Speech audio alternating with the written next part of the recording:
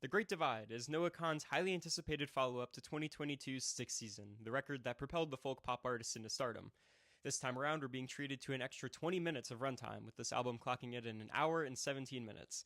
Kahan uses the extra runtime to lament on a lot of the same topics as Sixth Season: loneliness, failed relationships, and his close connection with his hometown in Vermont, as well as his newfound fame.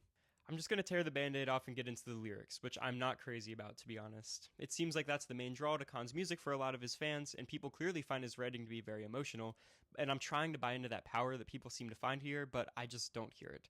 It all just feels very obvious. You don't have to do a lot of interpretation or analysis to engage with this album, since he pretty much lays it all out for you. I know this is intentional, but his writing is just so literal that I feel like he misses the opportunity to dig a little deeper because of his focus on keeping things simple. I think that there's power in abstraction, as you can make your experiences into something more ambiguous and thus universal. And I feel like Noah Kahan's kind of writing can work when you have subjects that are more unique or captivating, but I don't feel like his song topics are really anything different from what you might hear from someone like Zach Bryan, for instance. Plus, he has a tendency to recycle song topics, which can get a bit old, especially when you consider the length of this thing, which it does not contain enough substance to justify. Although, I must say, I was impressed with the lyricism on Dan. I feel like he uses his imagery there to build substance instead of simply as a setting, as the seasonal bugs remind him of certain people in his life, even though the chorus feels kinda clunky.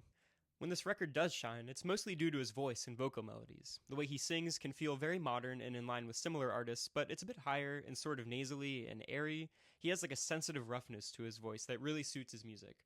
He couples this with his knack for writing catchy melodies to create some of this album's best songs.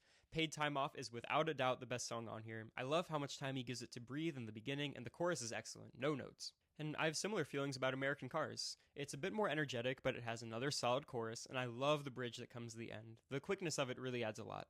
I think a lot of these songs could have benefited from something like that, because the compositions can often feel like an afterthought.